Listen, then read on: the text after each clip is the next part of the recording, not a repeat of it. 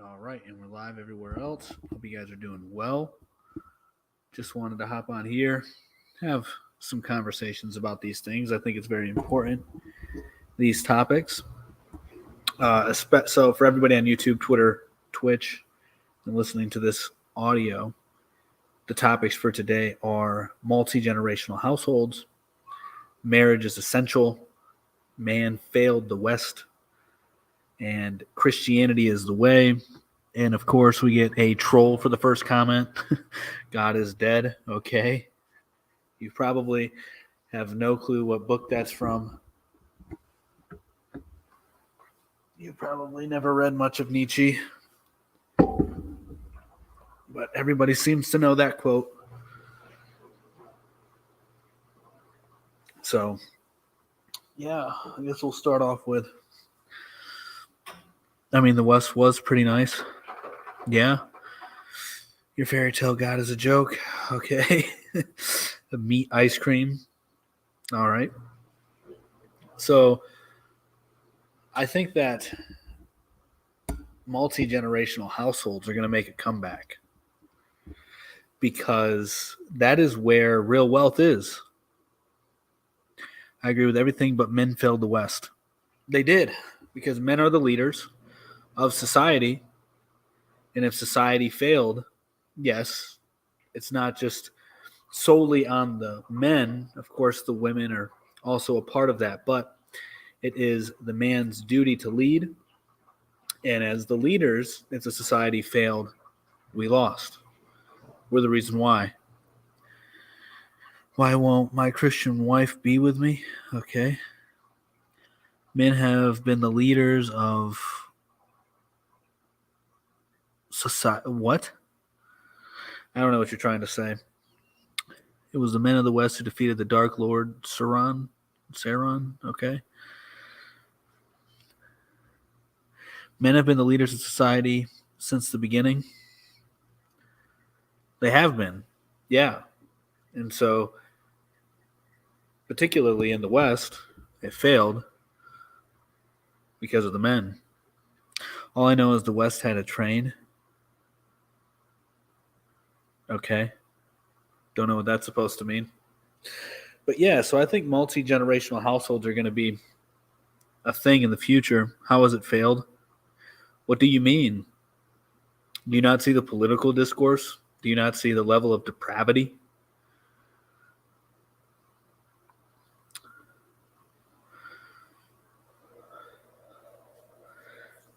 Man created Cash App. Yeah, probably. Man failed to train more than the West. Okay. So, if you look at what's taking place right now, there's so many people who are choosing to stay at home with their parents. And I think that that's actually a good thing. I don't think it's a bad thing. What do you mean man failed the West? Well, yeah, look at the current state of the West. It's politically divided. The whole pride movement has run rampant. Feminism has run rampant. And this is because of men. Men are the leaders of society. And so we failed. All I know is my atheist husband got a lot of. And, okay. Maybe Helen Keller fell the West. Who knows, right? Man fell the West when we let women have a say. Yeah. Families are multi-generational because of housing costs. And I think it's good to keep your resources shared with your family. Christian nationalism is not the way. I tend to think it is. But what's wrong with the West? A lot. What do you mean? Look at the migration. Look at the pro-choice movement. Look at the feminism. Look at the political discourse. Look at the pride movement. Who's a better POTUS, Biden or Obama? I don't know, man. More cool stuff is happening under Biden. Like, we got the overturning of Roe v. Wade. We withdrew troops from Afghanistan. There's a potential student debt forgiveness. So I guess maybe Biden. What's wrong with the Pride movement? It's degenerate. I agree with you. Cool. So those are wins. Yeah, the overturning of Roe v. Wade, the withdrawing of Afghanistan troops, and student loan debt forgiveness. Huge win. No forgiveness allowed. Okay. Man with the bad opinions. Okay, who cares? Though, just live your life. I'll live mine, man. Okay. Joe Biden had the dementia patient.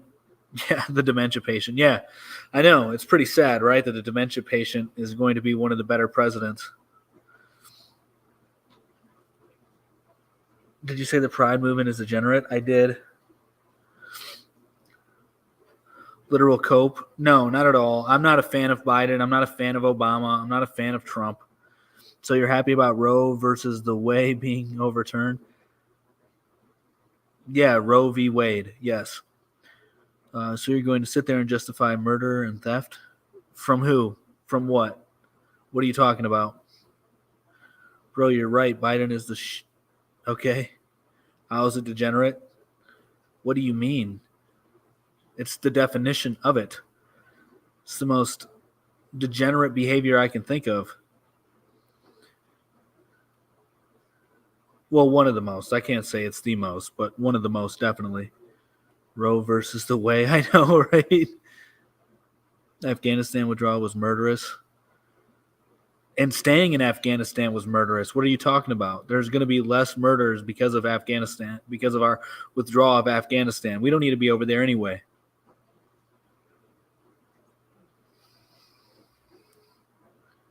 So you're happy about it? Yeah, I am. I think it's a good thing for the country.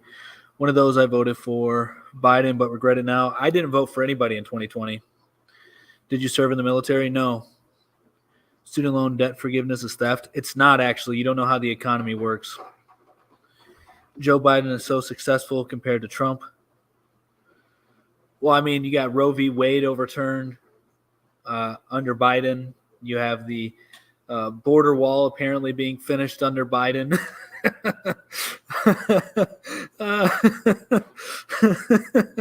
What else?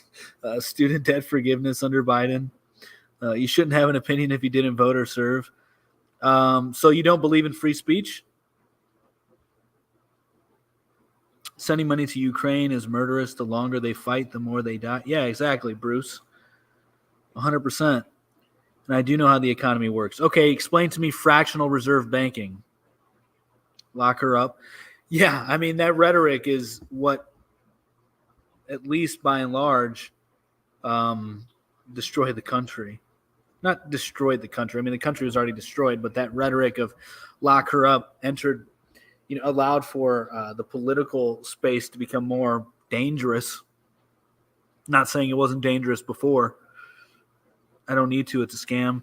Because you don't know what fractional reserve banking is. If you knew what fractional reserve banking was and you knew that money was created from debt, then you would know that it's not it's not theft. Climate change is the Democrat Party is where people make a fraction of what the 1% make. Okay. What is what? Fractional reserve banking? It means that for every dollar there is, they can make 10 more out of thin air. Literally, for every dollar in circulation or every dollar that's credit, they can make 10 more. I know exactly the scam being played here. I know all about it. I don't think you do, because if you knew about the scam, then you would be against usury. You would be against student debts. MAGA are a national threat. I don't think they are. Stealing taxes to send people to other countries is theft. Yeah, but it's not really tax dollars. You do know that, right? Once again, fractional reserve, they print more. They make more money, so money with no backing. Yeah, our money has no backing.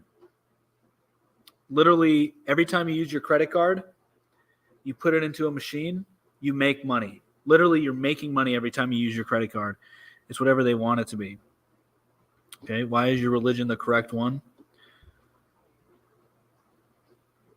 Well, I think that there are other ones that are also correct. I don't think that I have a different view on religion than most. So I think that religions are hierarchical and there's truth that can be got from all of them. However, I don't think any of them compare quite to Christianity.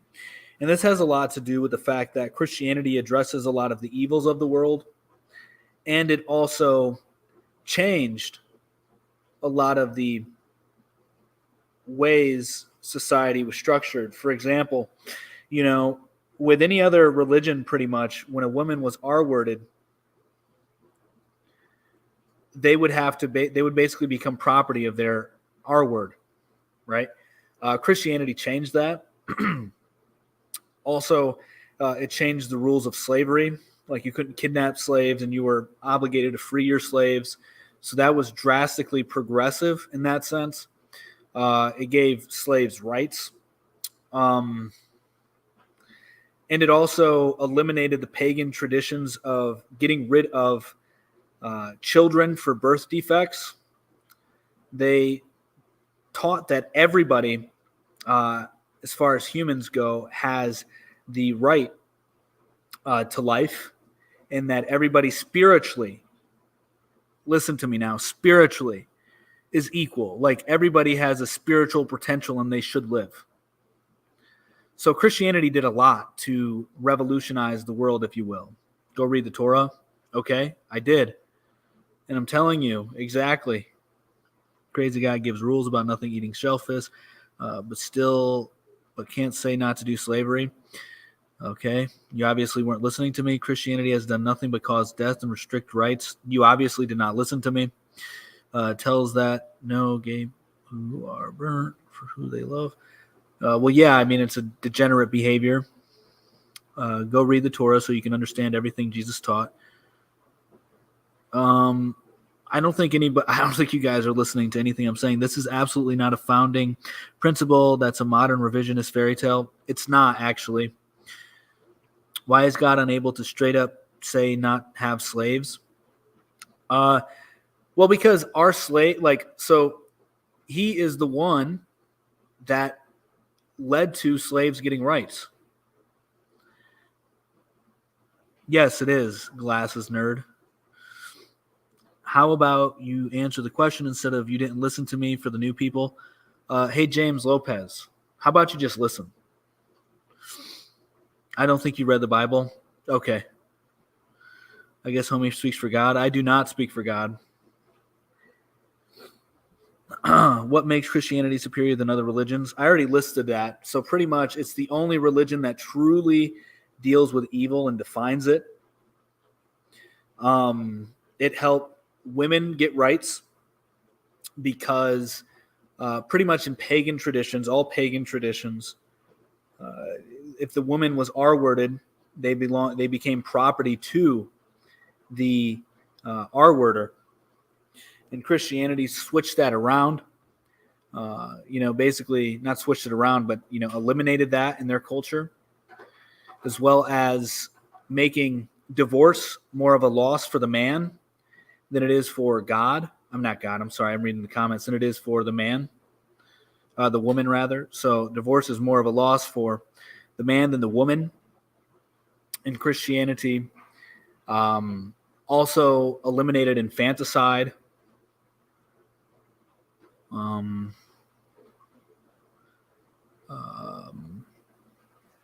It gave a good chain of command for the family. There was a lot of benefits for it.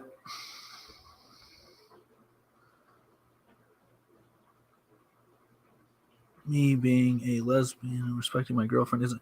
It is, glasses nerd, but you can go ahead and be degenerate if you wish. Are usually way better than. No, they're not. I'm reading stories all the time of them abusing their adopted children. Should not be allowed to adopt. I just joined. How can I listen? Okay.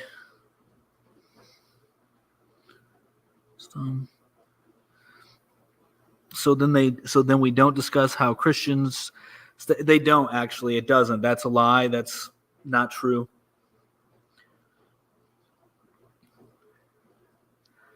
Well, yeah, they can't. That's true.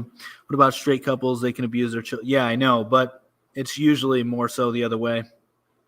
Only extremist Americans and third world countries think Christianity is the way. Okay. I mean, Christianity is the reason why you have a peaceful society by and large to live in. Please elaborate on how that's a lie. Yeah, I mean, those traditions were around for a long time. Christianity has been around for a long time. I mean, you can say that the name of it has been evolved after Jesus Christ came to be, but the traditions of it have been around for very, very, very, very long.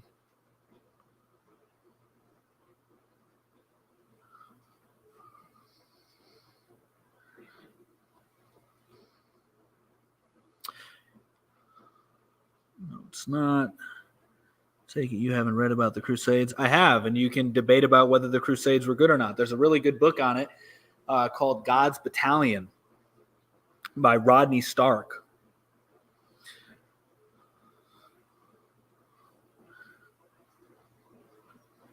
Multi-generational households are winning. Exactly, they are. So Christians has nothing to do with failing in the winter solstice, with falling in line with the winter solstice. So Christmas, yeah, so you can say that the traditions that were adopted, so you can say like some of the practices of the church were joined from prior Roman traditions, but that doesn't negate the fact that Christianity had its own set of traditions long before. And also it's not the same thing as the pagan traditions. It is vastly different. Vastly different. It never has been the same thing as the pagan traditions. It has always been its own thing. Now, there is a natural cycle in the world, right, where we see the sun dying during the winter solstice, right, and then the sun's rising. So there's that commonality, but there's always been a different tradition around it. Abrahamic cults cause great suffering. Okay.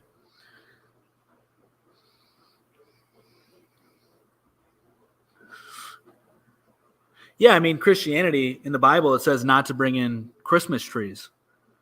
So every Christian that's bringing in a Christmas tree is falling in line with pagan traditions. That's not real Christianity. God we trust is on our money for no reason. Pagan holiday, Christians usurped it. No, they didn't. I mean, anybody can observe that during the winter solstice, the sun dies and then comes back up. That's what they called it. That's what they believe. The sun died, and then it came back up after 3 days. So it's a natural phenomenon. Do you think it's okay to be spiritual but not religious? Well, I mean, you can be spiritual and not religious. I don't think that it's very wise, though. Christmas was 100% small. No, it wasn't. Hebrew, older and newer covenant are both Hebrew. Okay, they did. That's heavily debated whenever Jesus was born in December. Yeah, I mean, nobody is. So basically, I mean, it's just a natural phenomenon that happens when we're talking about the sun dying and rising. Wait, there's a natural phenomenon when the sun goes away for 3 days and pops back up into. Well, it's when the sun drops. It's at its lowest point. It's less sunlight than ever.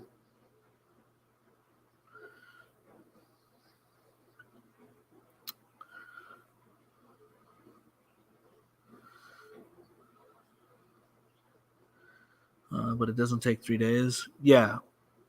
Okay. So 50 years on the earth. Almost never seen it. Yeah, well, it's because the sun is at its lowest point. That's what it means. And then the sun rises to its highest point, I think, 3 days after that.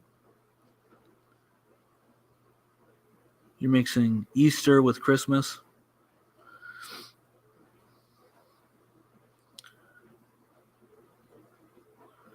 No, I don't think so. Because so that's when Jesus was born. So the sun is like reborn. Is like the narrative that I've heard for the winter solstice. And you're trying to compare that to Christ? Mm-hmm. Yeah, it's a natural phenomenon.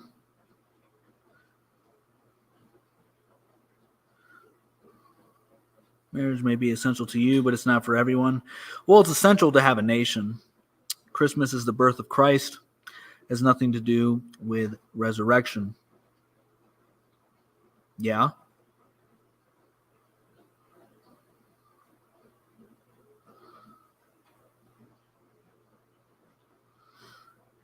Okay.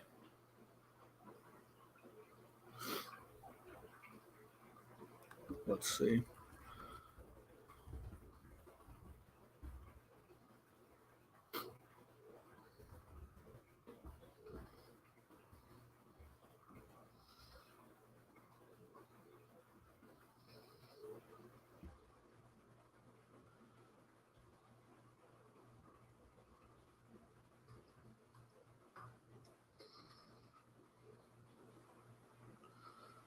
Okay, so you're I don't care that you're recording me.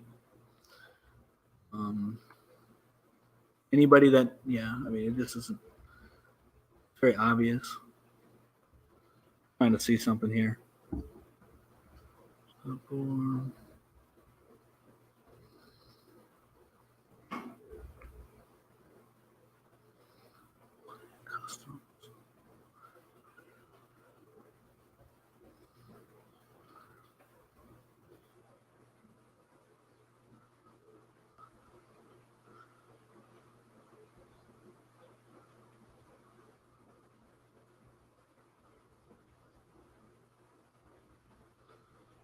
see.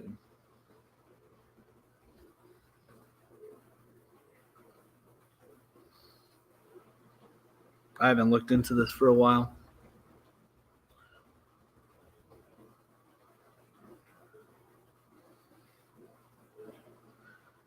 Lighter, shorter.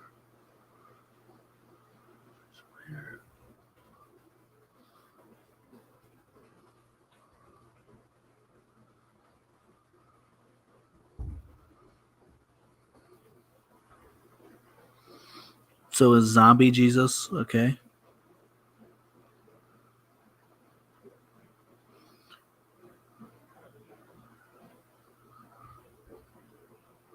The Bible was written by man. Was their word of God interpretation or real? Well, they say that it's inspired by the Holy Spirit. Does that mean that the Bible is infallible? I don't know. There's some things that I think could potentially be bad, like incorrect.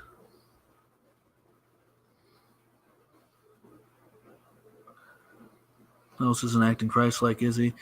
I am. I mean, if you read the Bible, you know, Jesus wasn't for the GAYs. Unnatural. Generational people are very toxic. Yeah.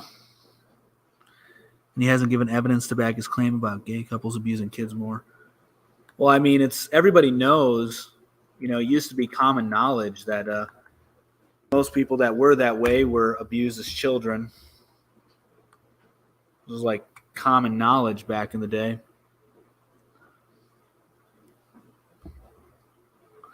The word of God may be incorrect. Is that what you're saying? No. I never said that the Bible was the word of God because I do understand that there's a written component to it of man. That doesn't mean that what I said was I don't think that the Bible is infallible. It could be wrong in some ways.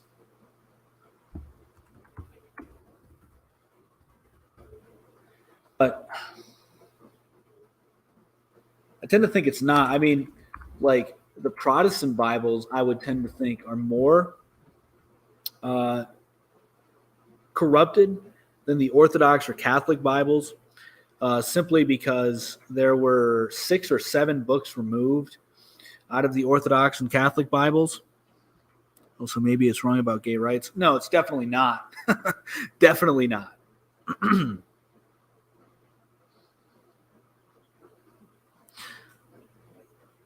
Because sex is about having children.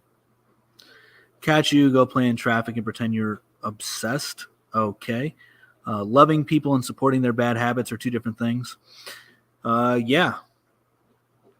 Where are G rights mentioned in the Bible? It's not. Maybe it's wrong about selling your daughter into slavery. Okay.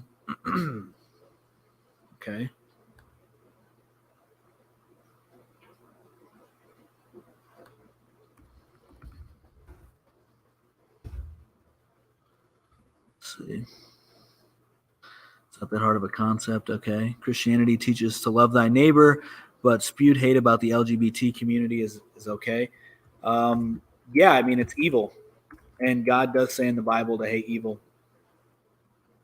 So, sounds like you're picking and choosing.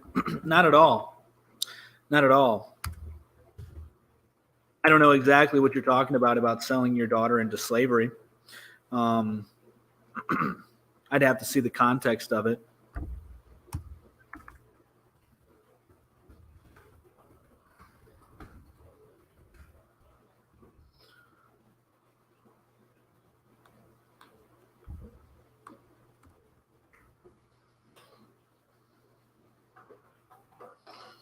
So evil. Don't even know your own Bible. Okay.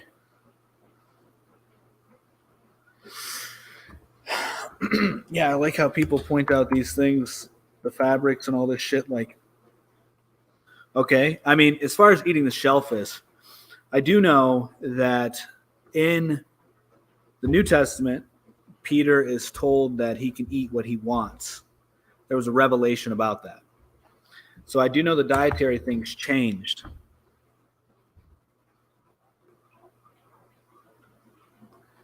You know, it was evil. Christianity was used to profit off of poor people. No, it wasn't. All right. If I die, guess I'll have to brother intimately.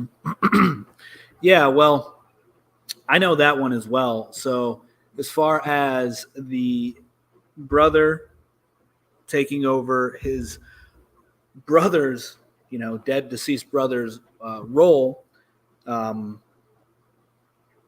back in the day, I mean, women were destined for the streets if they were a widower. So this was one thing that Christianity tried to help with. So I'm going to answer the question, how is marriage essential to having a nation? Well, because you need families. Families make up nations. And marriage is the best way to have a family. Christianity contradicts itself? No, it does not. So you're picking and choosing? I'm not at all. Oh, yes, help by taking their rights away. Okay, only because the women were treated as property and had no rights to land her husband owned. Well, that actually was changing under Christianity, as a matter of fact. People don't need to be married to have families.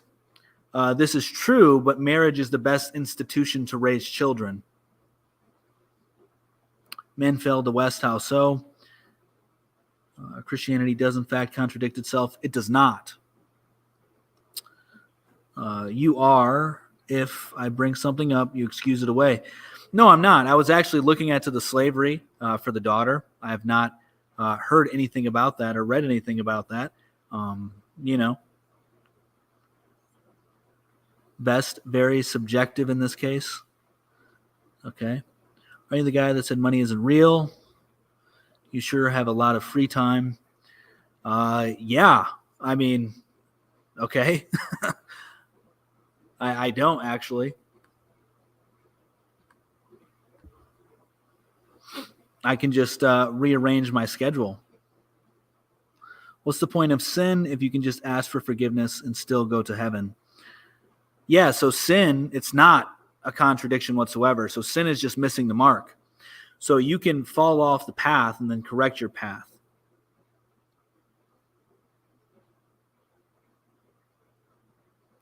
Based on your view of religion, did you know you're blaspheming?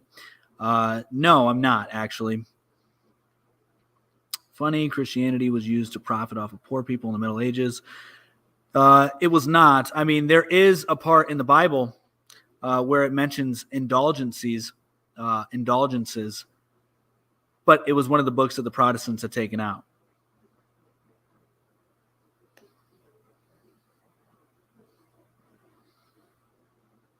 And also wealthy people did that too, as far as indulgences. So it wasn't just the poor. The wealthy did that as well, and there was theological grounds for it. How did Jesus come back if he was dead? Like bro was literally dead and buried. He can't come back. Well, he wasn't buried. Yeah, and that's one of the mysteries. That is Christianity's contradiction. No. Hey, what's going on? Hi. I wanted to talk about the whole Christianity thing. I just wanted to ask a question. Can you accept that what you believe in, your belief, as at the end of the day a belief, and you shouldn't pressure your beliefs onto other people? Okay. Like, do you agree with that? Yeah, I don't think that you should force your beliefs on anybody. I think that's wrong. So then, in a sense, do you think that, okay, so the way that you live by, obviously, like, if you have children, I mean, I understand that whatever you believe, you're gonna, express your beliefs, but what if your children decide that they don't believe in Christianity? Okay. And you're fine with that? I mean, it would not be ideal, but if that's the life that they chose, well, there's obviously failure on my part as the father. Do you think that's failure, or that's just the simple fact that people can choose what they believe in? I think that it would mostly be failure. That you weren't able to have them believe what you believe? No, obviously I wasn't living my life in a correct way, because if I was practicing what I believe, and then they saw the fruits from the framework in which I operate from, then they should have no reason to object to that lifestyle. They would then see the benefits of it. Well, so that's why I'm saying it would be a failure on my part. It wouldn't be a failure. All it would be is that you tried your best to do that, and that's all it is. When you grow up, you have the option to be whatever you want to be, and although your childhood and your parents do play a big part in what that could become, at the end of the day, people do their own research, people do their own things that may make them be like, okay, I'm my own person, and if I choose that I do not want to believe in this, that's not because my parents failed me, that's because I'm developed enough to understand that I have a choice in believing something, not just trusting that what my parents are saying are true. Mm-hmm. Yeah. So that's why I'm saying it's mostly failure, because it could be their choice as well. Fail them in the sense of, you're right, it could be, but that's, at the end of the day, that's not your decision to make, nor is it your fault if they don't make that decision, because they are a human being and they're gonna choose what they want to choose, not what you necessarily teach them. They're gonna choose what they want to choose. You cannot, like I said, at the end of the day, no matter who it is, you cannot force them to believe it. They have to believe it on their own. Yeah, I don't even know. No matter what you do. So what's your point here? I mean, what's exactly your point? My point is that there is nothing that you can do to make someone believe in what you are saying. There's nothing that you can do. If they don't want to believe, they're not going to believe. You cannot make them. Yeah, nobody's arguing for making them. But you said that it would make you. That means that would mean you failed. At that point, what you're saying is that there's a possibility that you can make them, and that there's a way that you can do it. No, it's not. So what I'm saying is that your parents have a huge influence on your life. And they determine a lot about your personality. They determine a lot about what you believe in. They determine a lot about how you view the world. They shape your worldview greatly. Even if you say go off the reservation. So there was a time in my life where I would not consider myself a Christian. And that's because my parents did a poor job at explaining their belief system to me and living their belief system as well. But their worldview, as far as praying, as far as having hope for the future, as far as being optimistic and believing that there's a God, had never left me. So there were lasting impressions. So if I had failed my children so much so that they no longer believed in God, they'd gone that far off, I did a major disservice to them growing up. So while you can't force anybody to believe anything, because Christians do not believe in forced conversion, it is the parents' duty to practice what they preach. And if they're not practicing what they preach, then the child will probably see hypocrisies and call into question their belief and their actions. So that's all so you're asking the question, will I force my children? Will I accept it? Well, of course, that's all you would have to do is accept it. You can't force them to believe into things. So I don't even know what we're really discussing here. No, now I'm talking about the point on why you may feel like you're failing if they decide that they don't believe in it. What I'm talking about is that you can teach them as much as you want. You can be as best as you can at teaching them the way of doing it. Okay. Hell, let's say that there was a way to be perfect and you did it the perfect way to the T. Because they're a human being and they have their own mind, there is still the possibility that they can end up not agreeing with you the more that they grow up. So what I'm saying is that for you to feel like a failure because of just basic human choices and how you're not going to be the So are you trying to consult? Are you trying to console me for the potential of my children, seeing that I didn't practice my belief systems in a way and they leave? Are you trying to prepare me for something? Like what's the whole point here? No, it's more of the fact that I'm trying to get you to understand you're that not I'm able to feel like you failed something that would have had to been like. Okay. Do you have anything else you want to talk about? As if that was your responsibility. Do you have anything else you want to talk about? So or did you want to just just acknowledge what I said? We've literally been going around in circles, and you're just trying to tell me. No, Liz, I know what you're saying. I know what you're saying, and you're just going around in circles. Yes, you can fail as a parent. We have a different belief system. But you don't have We have a different perspective on this. We have a different perspective on this, so we can agree to disagree. So what you're saying is you believe that you can choose their life. That's not at all what I'm saying. Then at that point you cannot fail. Yes, I can. Okay, so then you do believe that you can choose. Because if you can't Is there anything else that you want to talk about? Choose and they don't. Is there anything else you want to talk about? Don't. So are you just gonna drop people when you don't? No, we're just going around in circles here. We have a difference of opinion, and now you're trying to force me to believe your belief system. I disagree with you. I disagree with you. I disagree with you, and I've explained. I've disagreed with you, and I've showed you why I've disagreed with you. All right. So is there? I disagree with you, but you fine. didn't answer that. You just I keep replying it with the same thing. Like that's what I'm saying. We're going around in a circle. You replied with the same thing, and I literally said if you could fail in if they didn't choose becoming a Christian, if that makes you become a failure, which just correct me, is that what you're saying, that if they don't choose to believe in it, you said that you had failed at your job? Is that correct? Yes. Okay. That's my belief system. What don't you understand? Hang on. You're trying to explain to me how I feel, how I think. And I'm just telling you, this is my belief system as a parent.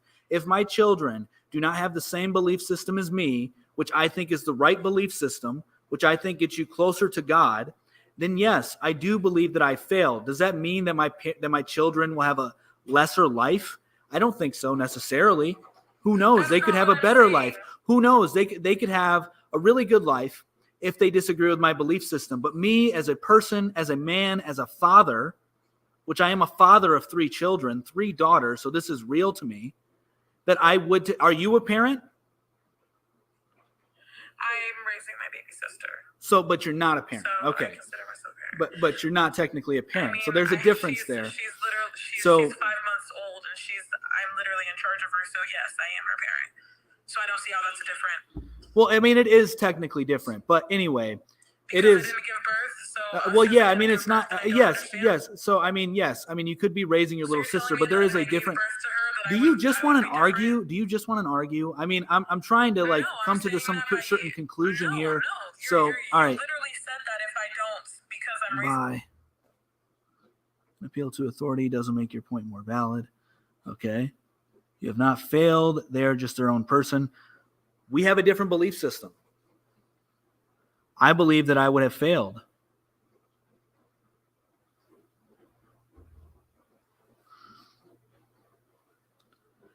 No, I am not upset.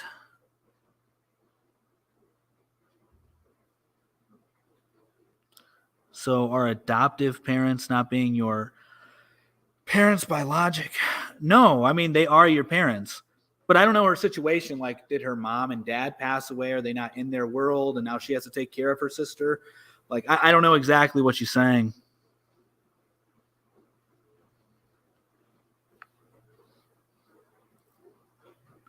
Hey, what's going on? Hello, mate. Just listening to the lady that was speaking to you and your response to some of the things that she was saying to you about your children and her having a child that's not hers and she's bringing up. Can I make a comment on it? Okay. Okay. Your children are your children, and whatever they do in life is their choice, not your choice. So if they decide that they're going to do something totally different for you, you're not a failure. You do the best. All right, we're not going to talk about this. We have a different opinion. You're not going to convince me otherwise. All right? I'm very strong in that particular belief. So you're not going to convince me that if my children grow up not believing in Jesus Christ, not believing in the Father, the creator of all the world. I'm not trying to convince you that your children should not believe. No, that's not what I'm saying, dude. That's not what I'm saying at all. No, I know what you're saying. You're trying to tell me that I wouldn't be a failure, and I'm telling you that I believe that I would be a failure. I don't care if you're trying to. I'm not saying you wouldn't believe you're a failure. I know you're trying to tell me that I wouldn't be a failure, and I'm telling you that it is my opinion that I would be a failure. Okay. Well, it's the same with the girl. The girl's bringing up a child as a mother, and she'll have ways that she wants the child to be when it's older. And if the child turns out different, then she won't be a failure either. It's the love you give to your children that counts. It's not what the child does when it's older. It's the love that you give to the children. You understand? Now, obviously, you believe in God, so God is who you follow. And I'm all for that, you following what you believe in. You understand? So there's no trouble with that at all whatsoever. I just wanted to let you know that you're not a failure. You're a father. That's all. That's all I wanted to do was tell you that. I don't think that I'm a failure either. We were talking about a hypothetical scenario. I don't think that I'm a failure. I think that I'm a really good father. I think I'm a really good husband. I don't think that I'm a failure in that sense. But if in that hypothetical scenario, as she was giving, yeah, I would feel as if I'm a failure. Yeah, well, all I can say is send love out to you, send love out to your room, and all the best for you and your family, and all the best for her and her family. That's all I'm saying. Yep. Nothing else. I can't believe it, mate. Thank you very much for letting me in your room. Yeah, no problem, man. You have a good one. All right. Yeah, I saw a question in here that if my children were atheists, I'd disown them or kick them out. No, I wouldn't at all. Why would I do that? Would you still support your children if one? Well, they won't be. They won't be. I think that's an easy one. So I don't have to worry about that.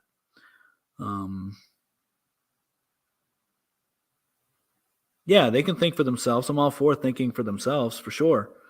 They should question the beliefs that we have.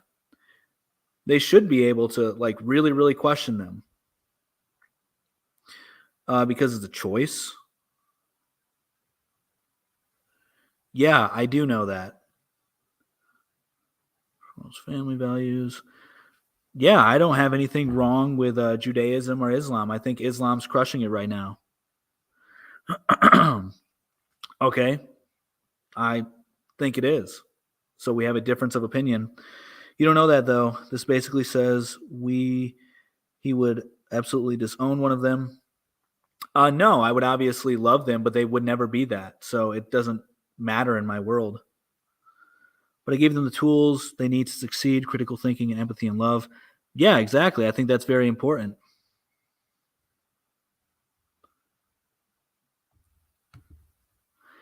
Then we got a question here on YouTube. If men are made in the image of God and God is the Father, does this He has failed since mankind seemed to have fallen astray. Does this mean he has failed? Interesting analogy. No, because he gave man free will.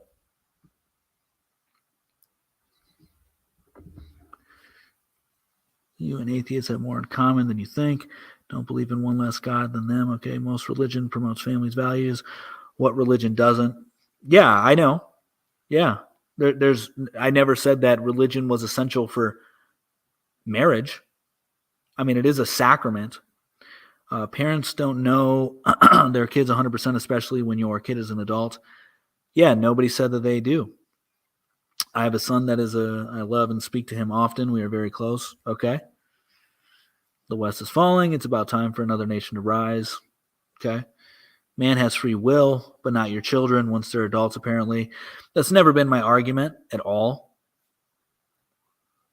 I'm an atheist and very proud parent. I support my children no matter what. Okay. Yeah, I mean, I love my children no matter what.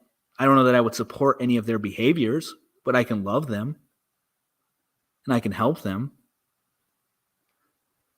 But if they become like deranged criminals, I'm not going to support their behavior.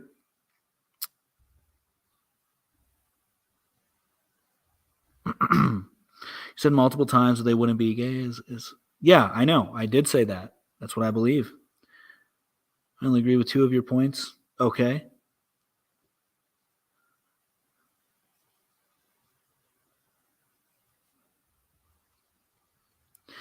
The way to what? I think it's the way to have a fruitful life. But I think that you could have other religions can be fruitful as well. But I think that Christianity gets you closest to the truth. Multi-generational, and men failed the West. The rest, nah. Okay. There's literally only one other thing. How does that not conflict with your statement about their free will? Well, because I don't think that swinging that way, it is a choice, but I think it's a choice out of trauma. Christianity is not the way. Okay. Explain how men fail the West. No hate. Genuinely curious. I just got here. Yeah, that's fine. So I think men destroyed the West because, we're the leaders of the West. And so feminism became rampant because of men allowed it. Degeneracy, the pride movement, no morals is because men, lost their backbone. Our political discourse is really bad. And that's due to the society in which we live in. And those are all failures of men because we're the leaders of society. You don't have anything. Okay.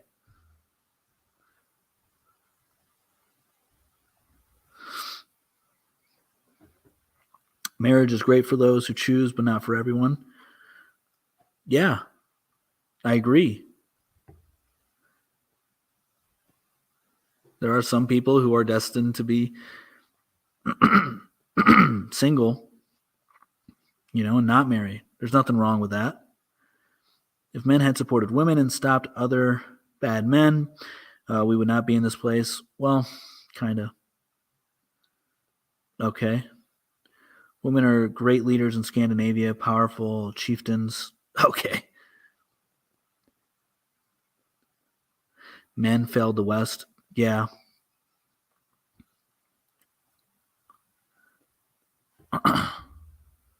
No, I blocked you because you're a troll, and I'm going to block you again. Why did you even come back in here? 23 with my partner. We're not married, so you're wrong for that? No, I don't think that you're wrong for that. I have nothing wrong with people dating before they get married. I'm merely stating that marriage is essential for a nation. It's essential to have strong families. I don't need to be married to know I love someone. This is true.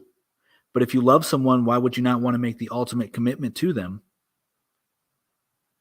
And have a union in where you can raise children in committed to one another. That's what marriage is.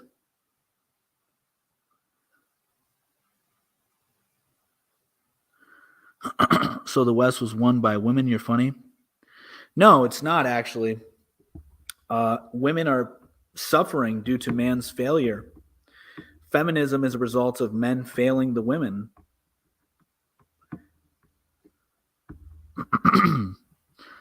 No, it's not. We have 3 boys and show them a strong family unit. Marriage is not essential. Yeah, I would say that marriage is essential, but hey, you could be the exception to the rule, and hopefully you stay together. I do hope that. I'm not being sarcastic or anything.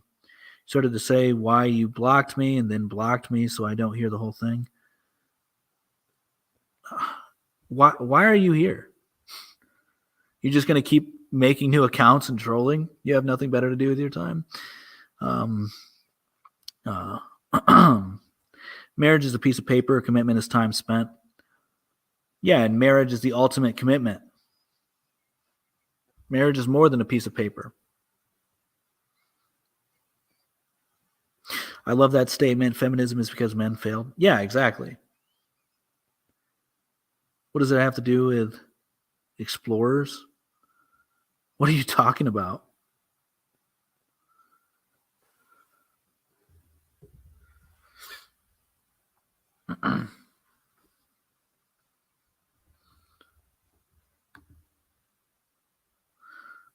The West? Okay, what about the explorers in the West? It's not the ultimate commitment you can commit to someone without getting married. Yeah, for sure. But I think that marriage is a necessity to have a nation. Yeah, man failed to recognize women as people and just as property. Well, I think that that's an exaggeration. Now men look at women more as property than ever, more as a sex object more than ever. Men didn't fail. We all failed. I put most of the blame on men.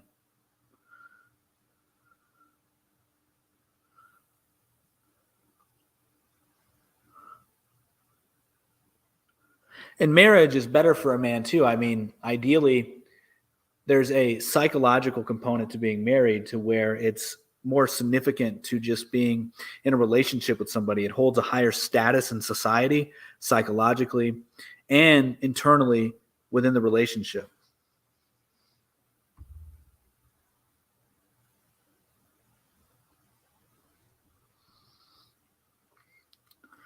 The West doesn't exist, okay? Marriage is only essential for a nation. If the nation were a monarchy, and marriage were no, it's essential for any country, any nation. So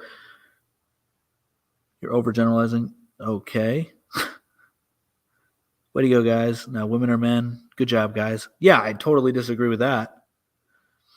It is because there's a psychological component to it. It promotes monogamy. Now you can be married, obviously, to multiple women. There are cultures that do that, but typically speaking, marriage, especially in the West, has been a monogamous thing. And so it promotes monogamy, which is good for the woman and it's good for the man.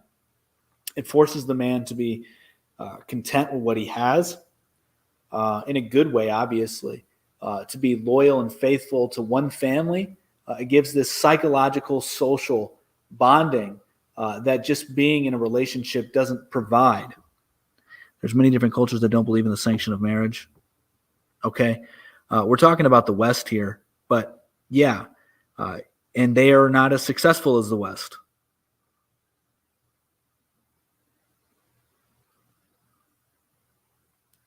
Or even in the concept. It's just a philosophical discussion. I don't necessarily believe it's just a thought I had. So a free will can be used as an excuse to why God has failed his children, then why can't also? I'm assuming you will say God isn't actually raising us. Well, God just shows us the way, and it's up to him to choose him. It's up to us to choose him, just like it's up to the children to choose their parents' lifestyle.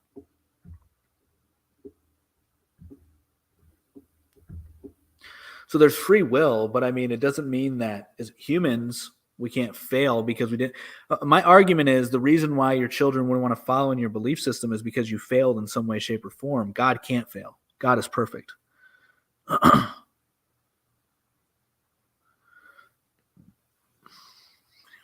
is trolls only. Yeah, it's been trolls from the very beginning. This is usually how my live streams start. You know, God didn't fail his children. We failed our children. Yeah. God knows who will and won't, though. I don't know. I mean, that's debatable.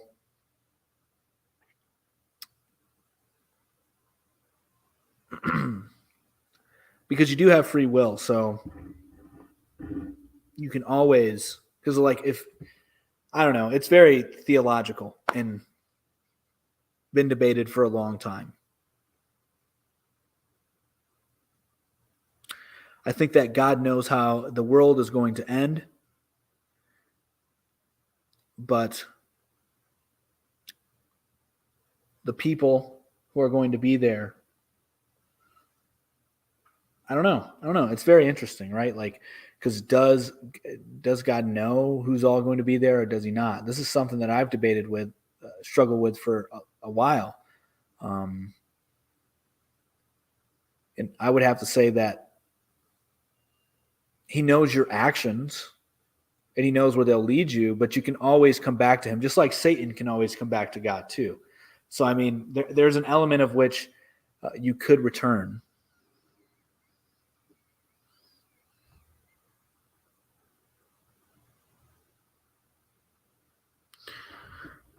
Is Christianity the only way for the entire world, and why? I think that it is the most true religion, yes, but I believe that the other religions have truth in them as well, and that they could have came from God. I've already stated before that I do believe that religions are hierarchical, meaning that there are better and worse religions. And by better and worse, I simply mean by those that will get you closer to the truth and further away from the truth. So I think that God can talk in many ways. I wouldn't just restrict him to Christianity, but I would say that Christianity is the closest, is the best way to connect with God. But I do believe that people can connect with God through other religions and potentially reach salvation through other religions, but they may have a harder time with doing so simply because it doesn't have the entirety of what Christianity has. But I'm not God, so that isn't up to me to decide who is saved or who is damned. But he's all-knowing, so he would know. Yeah, I mean, that's an argument, right? But I don't know that anywhere in the Bible it states that God is omniscient. He could be. There could be a part in the Bible where it says it. I'm not familiar with that part, though. How do you know Christianity is the way? Well, I believe that it provides the best understanding of the world. I mean, if we look at the word is logos. That's like what it derives from, logos, so logic and order. So it's making a claim that the God of the Bible is the God of order, is the God of the word, is the God of meaning.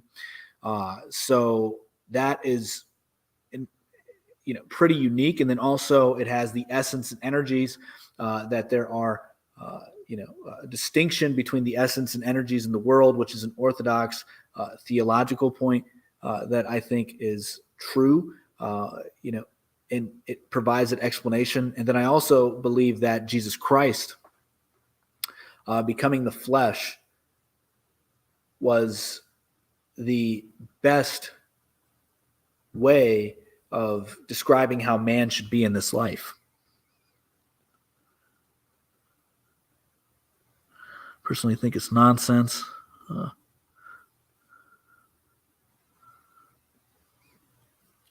Did you say God isn't omniscient? I said I don't know. Well, free will, kind of a wrench in all-knowing.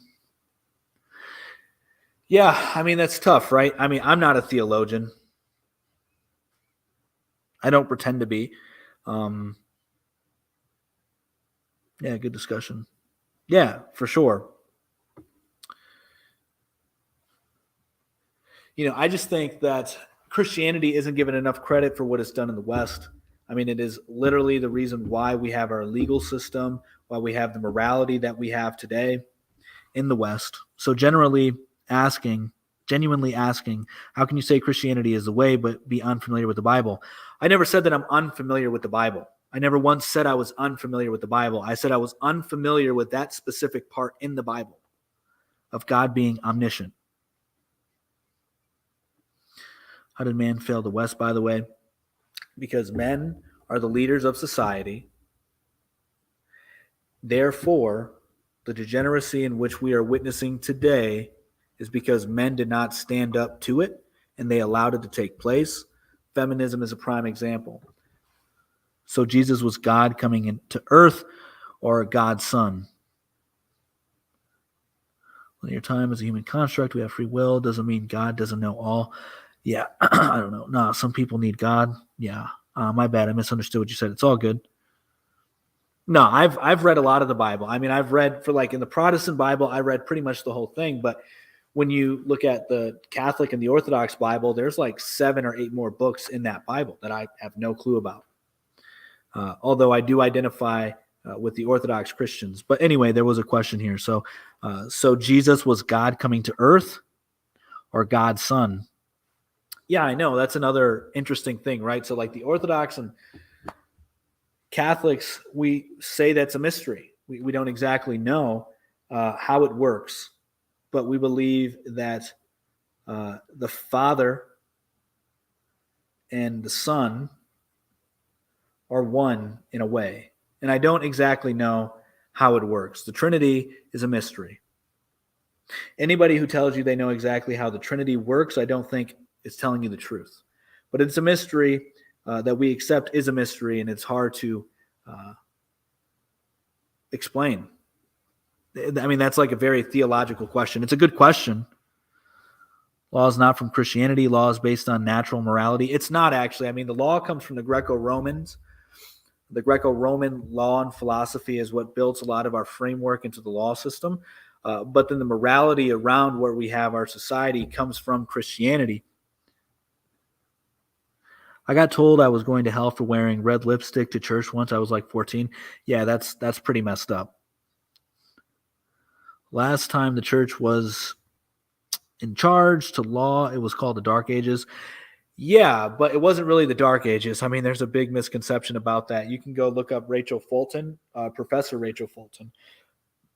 I believe she's a historian, and she goes over the Dark Ages really well. Agnostic now. I respect that. I have no issue with agnosticism. I've been there. It's 2. I'm not now because my parents tried forcing it too hard. Yeah, I think that when you try forcing your religion, so as a parent, obviously I'm going to, show my children how to pray, show them the Bible, talk to them about God. As a matter of fact, I do talk to them about, God, show them, some Christian music as far as I try to find Orthodox and Catholic music, but there's not very much for children anyway.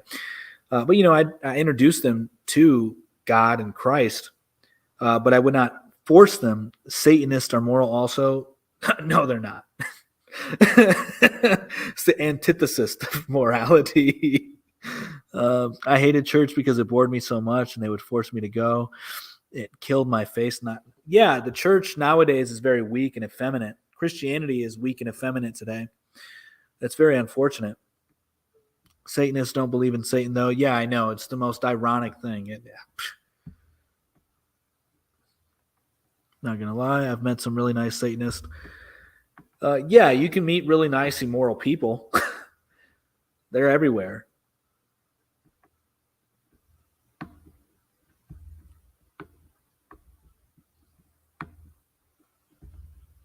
How aren't they? What do you mean? Well, everybody knows Satan as evil. I mean, so this is the ironic thing, right?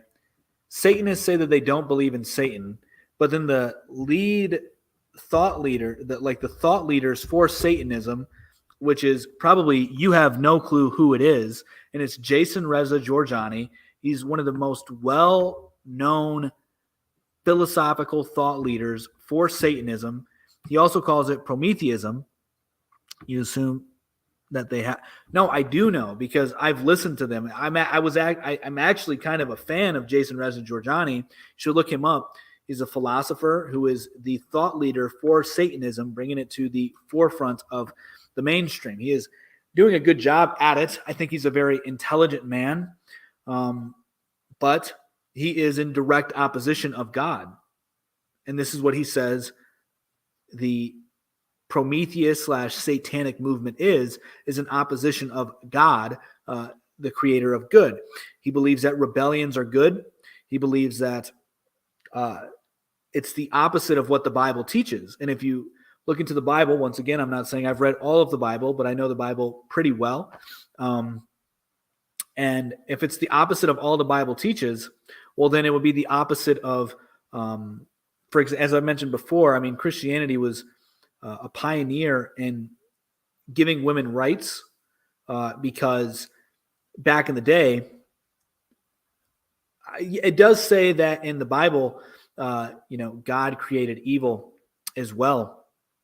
And I don't even know that, I don't know how to like really deal with that, because I can't lie about that, right? Like it does say that in Isaiah that God created evil.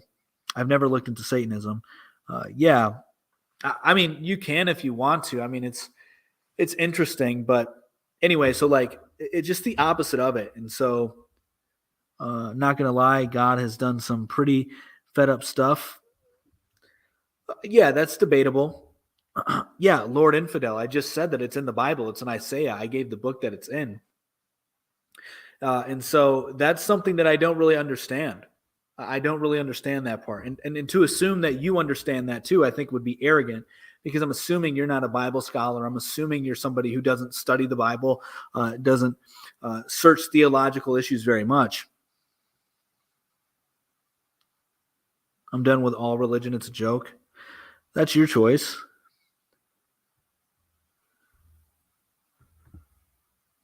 Why is marriage essential? I never want to be married. I think it's essential to have a healthy nation. One joke after the other. Okay.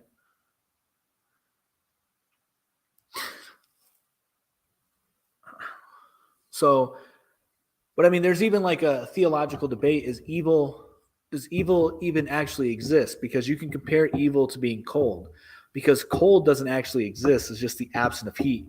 There's nothing that's cold. It's just lacking heat. And so evil is just lacking good, which would be lacking God. So I don't know, man. I don't know. It's a tough one. What do you think of the Mormon religion? They use the Bible as well, genuinely asking. I don't know much about them. But I genuinely think that they're nice people. I've met a couple. I have read the Bible more than once, cover to cover, and studied comparative religions. Okay. Cool.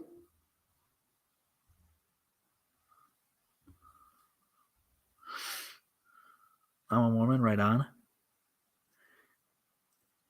Love without evil. Satanism is the opposite, and you believe Christianity is good, then wouldn't Satan be evil? Yes. And so maybe that's exactly what it means by God saying he created evil, is because he created Satan. He would have to create Satan. Satan is a created being. Don't need a God. Have good and evil. You do actually. In order to have an objective morality, you need to have a God. Otherwise, you live in relativism, which, if that's your philosophical belief, you can have that, but I think it doesn't bode well over the long term.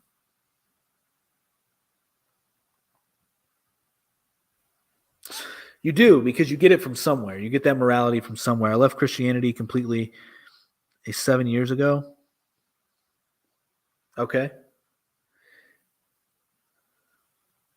I do not require religion to be good. I have empathy. But where does your empathy come from? Why are you empathetic to other humans? There's no objective morality. I argue there is. And that's why I'm saying that you can't have, like, the only way that you can have good and evil without there being a God is if you believe that morality is subjective. There's too many religions. I was just trying to look into one to join a church. There's just so many. Yeah, I've been there. And the Orthodox Church, I think, is, the Orthodox Christianity, I think, is the most consistent, the most logical. because I wanted other humans to be empathetic to me. It's simple. Why do you want other humans to be empathetic to you? You don't need God to tell you not to be mean to someone. Well, why shouldn't you be mean to someone? I don't agree that all morality is subjective. Good and evil don't exist. Good and evil certainly does exist.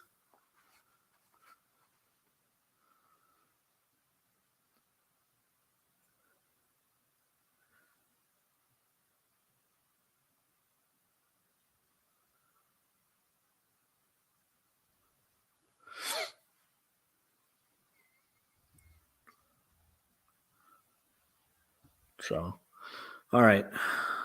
Let's see. I kind of just want prove it exists. Do you think people that brutally assault babies, like there are people that put babies in ovens? Innocent. Did you not just hear me? There are police reports of people putting babies in a thing that cooks.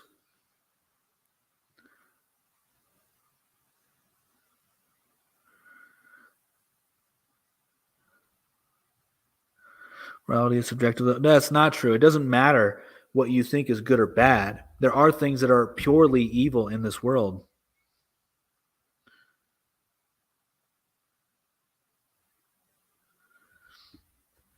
Western men are getting so soft for real. They are, which is why they're failed. So if you do that to a baby, that is purely evil. They're the most innocent there is. Nah, subjective. It's pretty evil of you to say putting a baby in an oven is not evil. That's like objectively evil. That's the point, though. What you think is evil, someone else might not. And they will be wrong, especially in the case of the example, especially of the example I just provided, been brainwashed by social media. Yeah, I mean, but we're all brainwashed by something in some way. That doesn't prove evil. It does. It does. It proves that there are evil behaviors.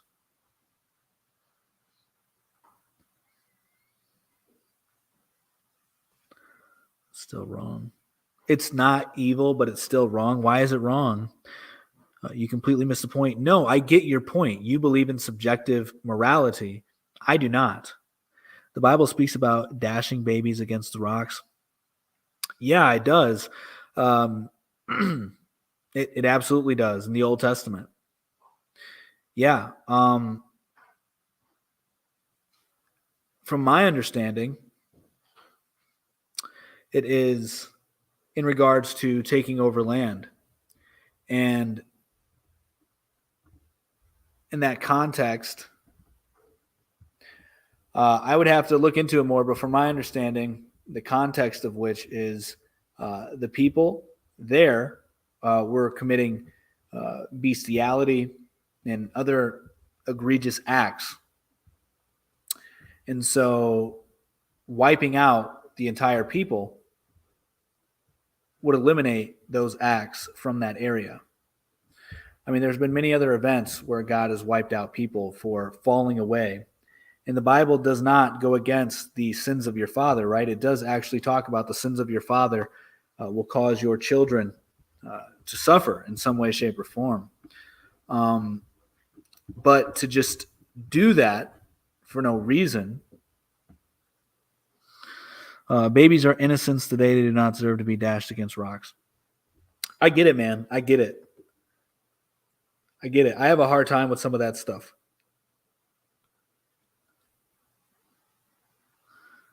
I've seen literally hundreds of Christians. You've seen literally hundreds of Christians. What do you mean by abuse? Because, I mean, that sounds like a lot. Maybe you have like a very large social group. People either have horizontal or lateral morality. Okay. It's just because you think something is wrong doesn't mean I do. Subjective. Yeah, we disagree.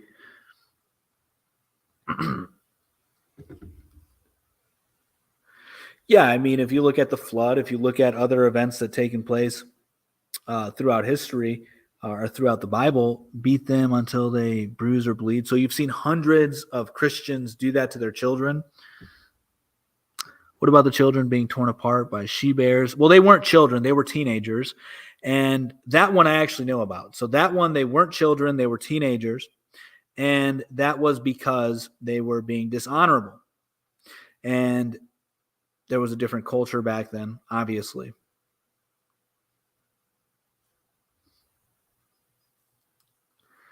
Yeah, I don't think the Bible's immoral at all. There's many things that are wrong. I don't think that it does.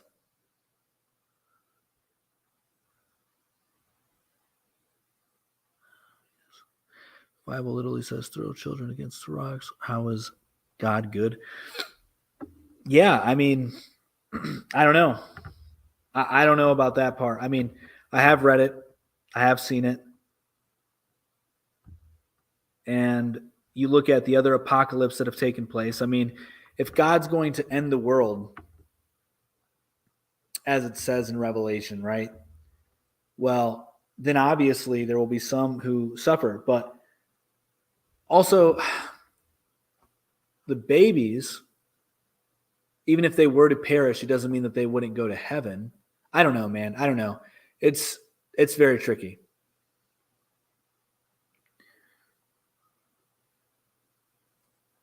No, it was teenagers. Yes, teenagers is a new term, but they were in their teen years. They would be considered more than likely adults now in today's world.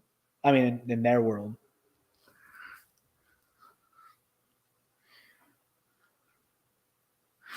But I also find this very odd how people will come on here and point out all the bad things about Christianity.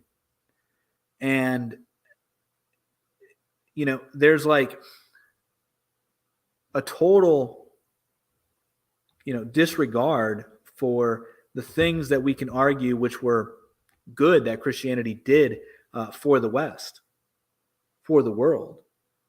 As I illustrated in the beginning of the show, historically speaking, there have been so many good things that Christianity has done for the world. And then we point out these fringe examples, which are, I would argue, being taken out of context. Now, I get that you could say that what you said about the babies, how could you take that out of context? It does seem pretty wrong.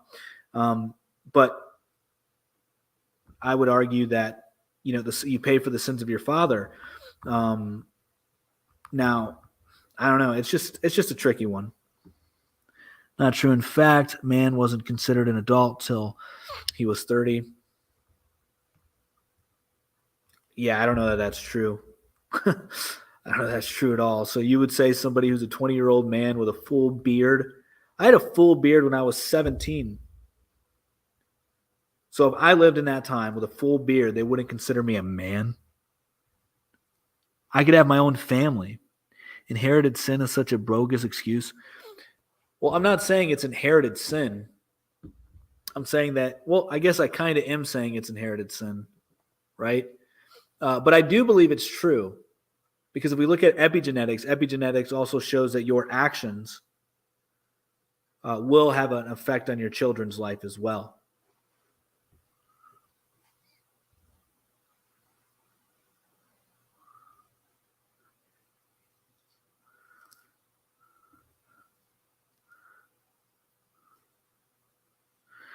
Well, evolution is in dispute now as well. I mean, there's so many biologists coming out saying it doesn't make any sense, and many others as well.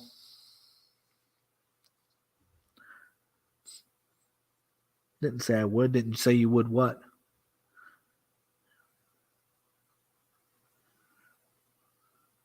These ideas are close to the truth. Yeah.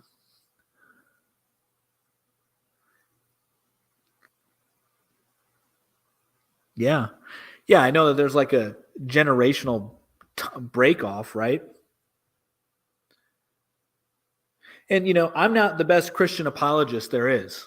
I'm not going to pretend that I'm the best Christian apologist there is. There's many other, I'm not even really a good Christian apologist, I would never claim that. I think that, it's true in many ways. What's going on, Mike Dave? The West is deprived and a den of iniquity. Yeah, I agree. Sorry, I shouldn't be aggressive.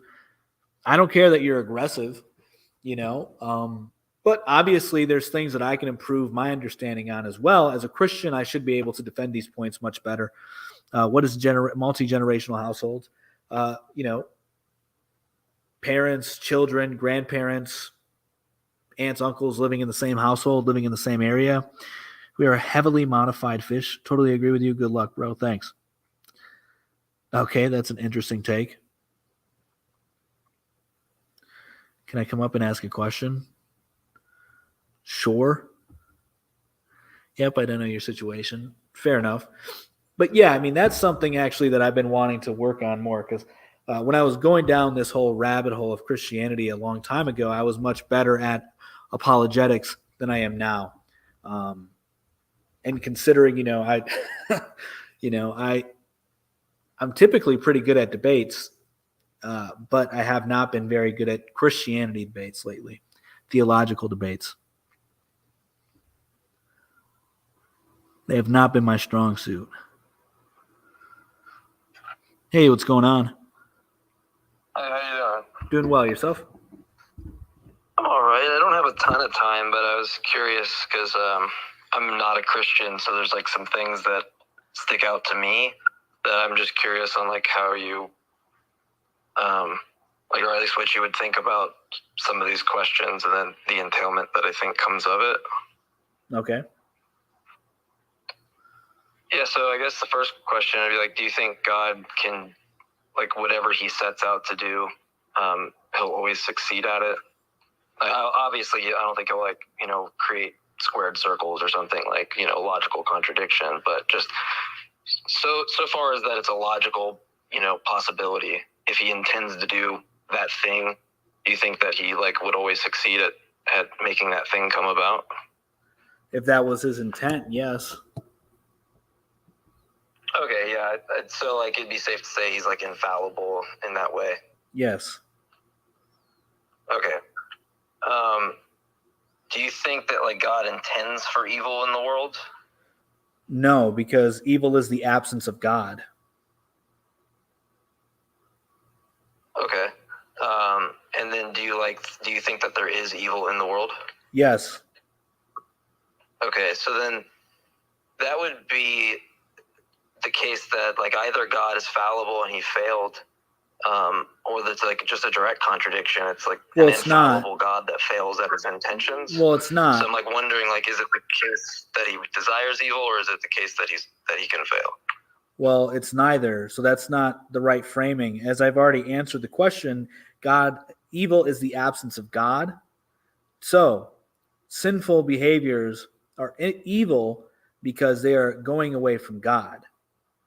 So God does not necessarily create evil in that sense. It's going away from God. So you have the free will as a human being to follow God's path, the natural order of the world, the natural order of man, which is the godly path, or you can go away from that. That is your choice. But it's like, is cold created? No, nothing creates cold. Cold is just the absence of heat. So, like, do you think that he could have made a world where there's just the good, and that we would just, like, always choose the good without, or are you saying that, like, we need evil choices for, like, significance? No, I'm not saying that at all. I mean, God can create whatever he wants to create. I can't determine what God's going to create. The world that we live in, instead of talking about this hypothetical world now, the world that we live in, we are given free will. And so there's the choice of being with God or without God. Being without God is to be evil. Being with God is to be good. Sure. And I guess my concern is that if you're saying God is good or he's all good, I take those notions to be, like, concerning themselves with, like, what you ought to, right? Like, if you say, like, something's good, you're saying it's, like, something that you should do, or like, if God is good, for example, or Jesus is the way, it's, like, something that, like, I ought to. And if, like, Satan's, evil, or sin is evil, that's something I ought not to, right? We probably agree. Like, are we using those types of notions of good and evil in the same way?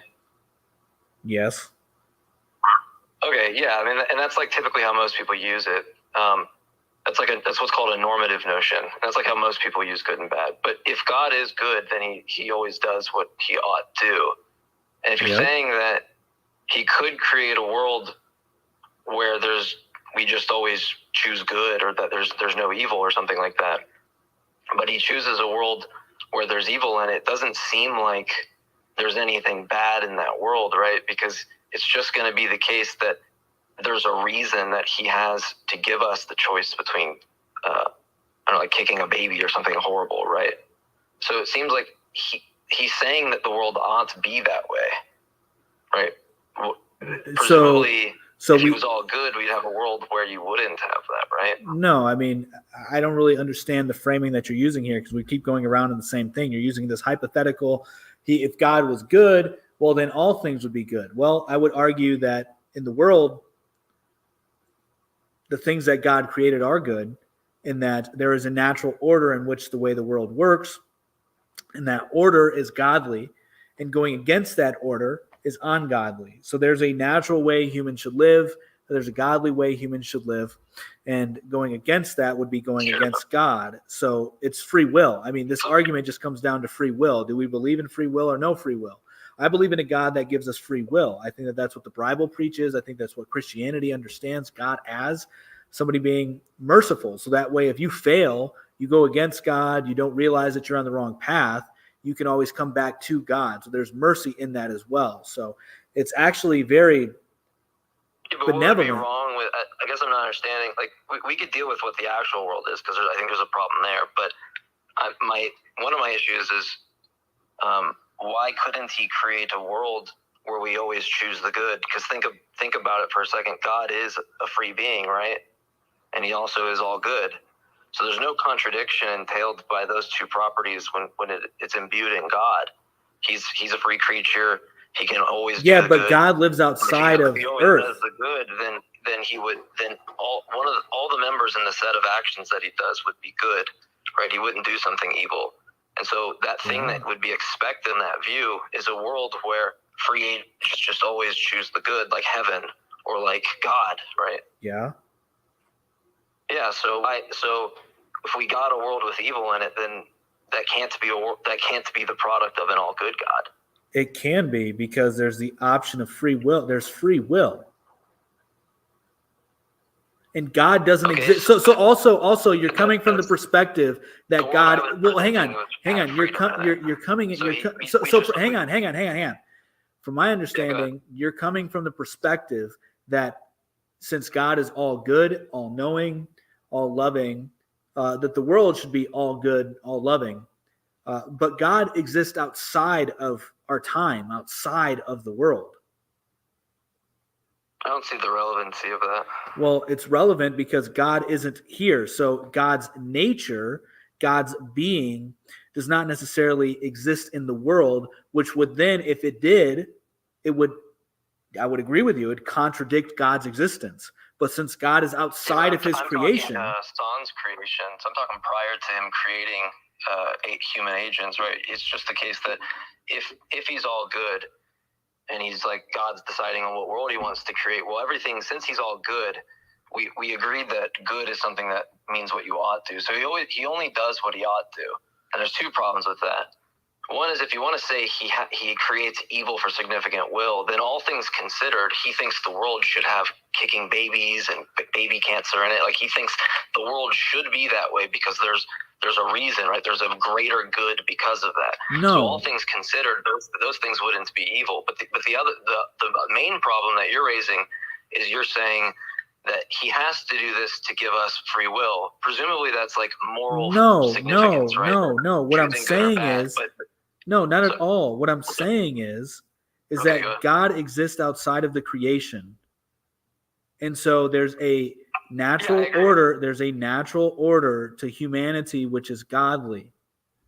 And if you go against that order, then you are doing things that are ungodly, that God did not intend for man to do.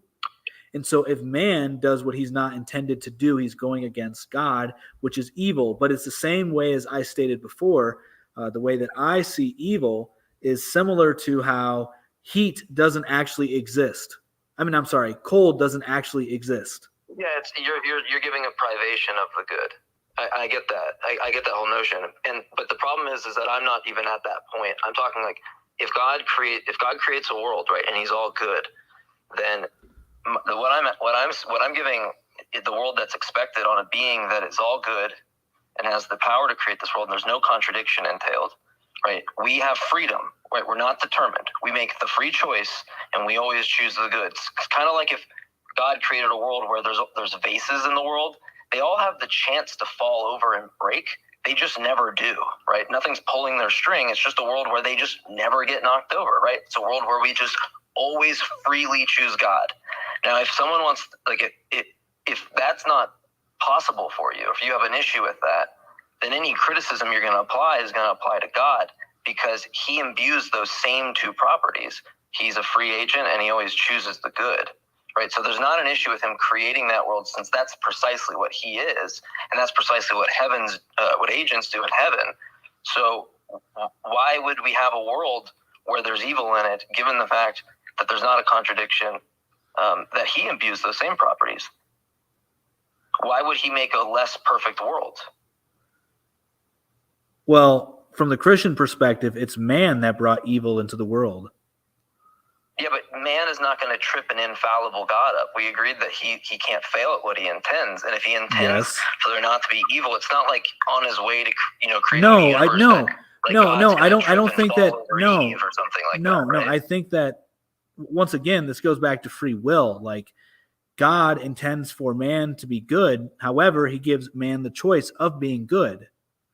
So He's allowing things to take place that He may not necessarily. I mean, he is the ultimate, like, I don't know, man. It's like, I get your question. Do you see what I'm saying? No, I do get your question. I do get the point that you're making. To just be a jerk or something. I get it. Like a very serious problem for invoking types of properties of like all goodness and the fact that He can't fail.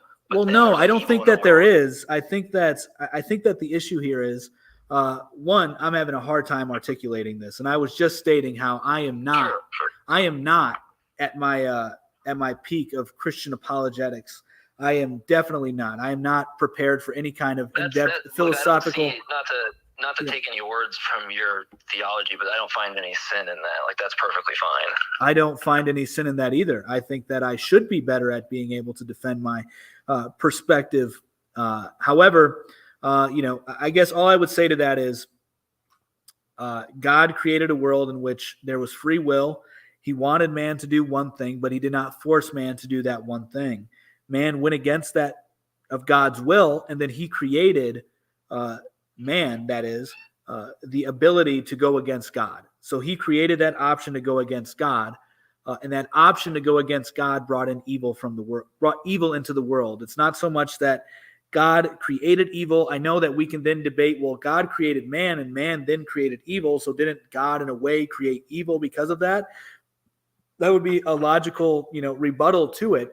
But I would say that the blame is on man, and that's because man had the ability to go with God or against God, and they chose to go against God in one particular event, which then brought in a whole bunch of chaos into the world. What I'm arguing there, though, is that's the world God's actualizing, right? That's not like He's going to get tripped up by Eve or something. Like, if He creates any world and He's omniscient, especially, then it'll get really, really sticky, because He's going to know the outcome. It's not like if He doesn't know, then He's not omniscient, right? He knows all propositions. So He's going to know when He creates Eve or whatever that it's going to happen. And if He doesn't intend for that world, then presumably God should be right. It would be irrational for God to continue His plan with the intent that it wouldn't happen, knowing that it wouldn't. That would just be irrational. It'd be like me stepping outside with my desire to not get wet. I just walk to my umbrella and get wet, right? That would just mean, that's what it means to be irrational. So I don't think we want to say that, because then God's going to be irrational. But if we have this notion where God is going to be able to create whatever world He deems, and it's not the case that He's going to get tripped up. But you're saying He gives us the freedom because He wants us to choose evil and good.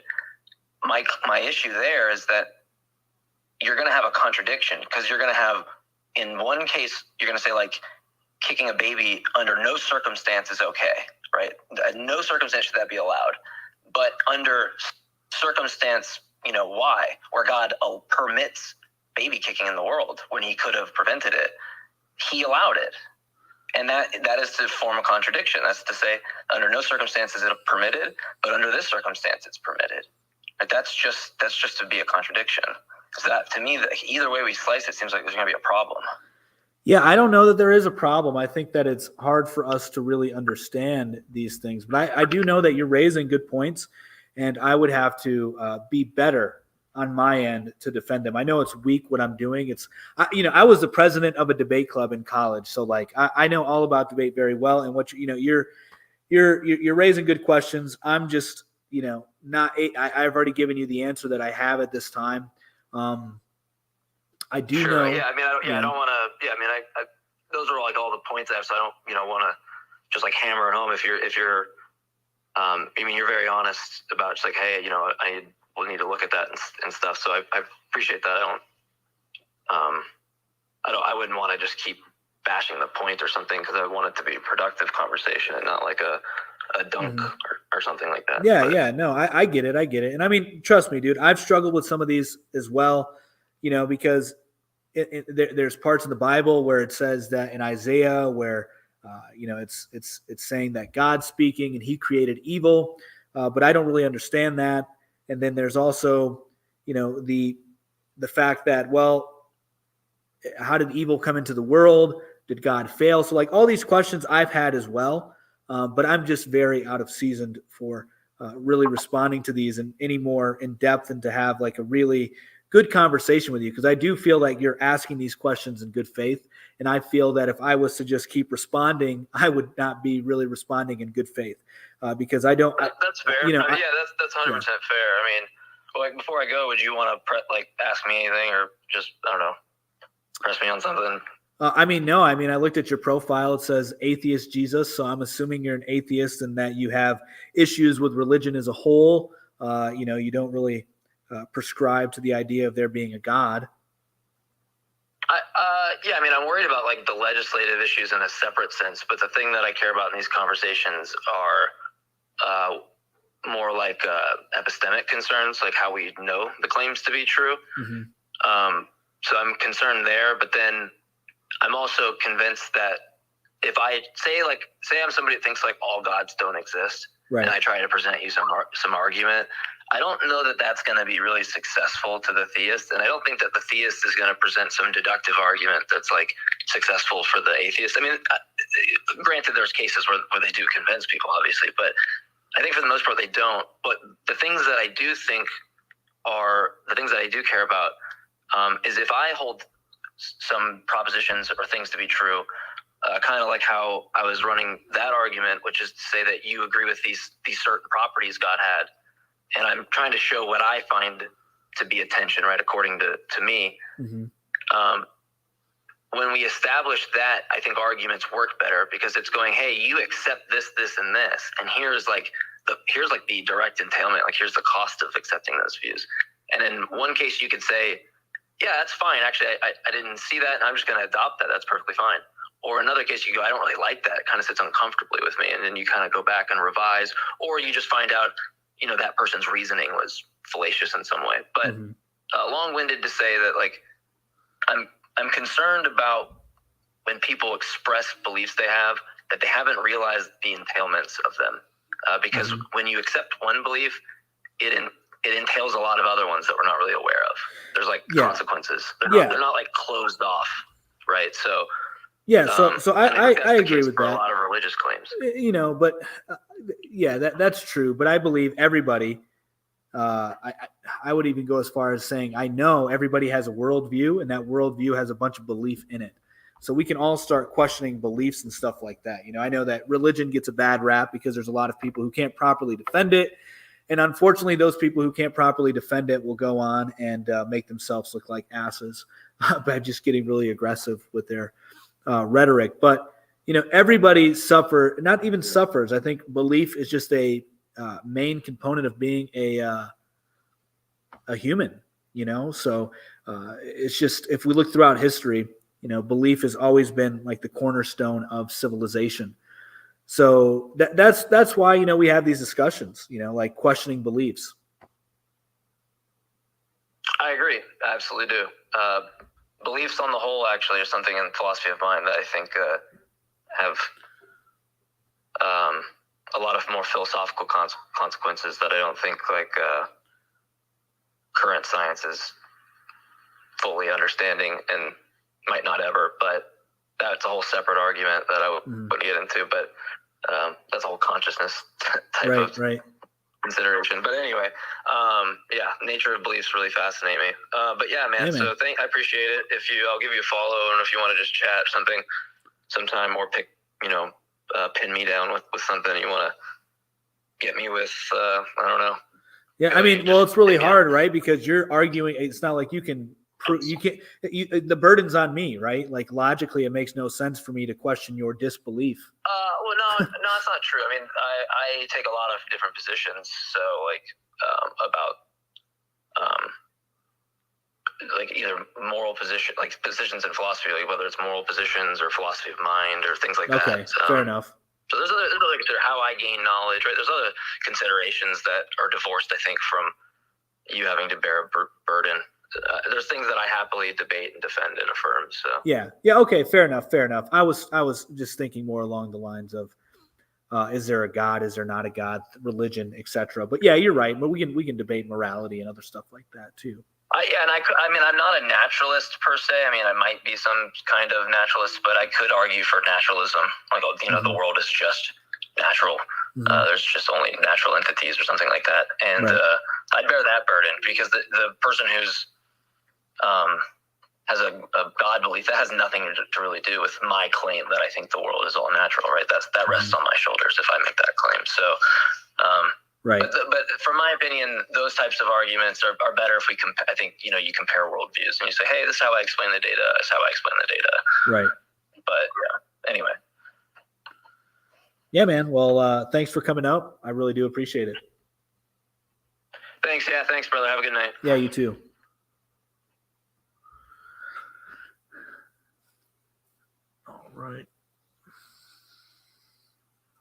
All right. I'm out of here, guys. Don't know if I'll do a stream tonight, but I do know Mick is going to come on here at midnight. He'll be here to do a stream. So be sure to check that out. Want to answer me? What if aliens showed up tomorrow? What if, man? I don't know. So hope you guys enjoyed it. Like, share, subscribe, everything MOT Media, MOT News, MOT Today, MOT_Ohio. And you be well too. And be sure to, midnight, Mick will be in here doing MOT Today. All right. You have a great night as well. All right. Much love. Peace.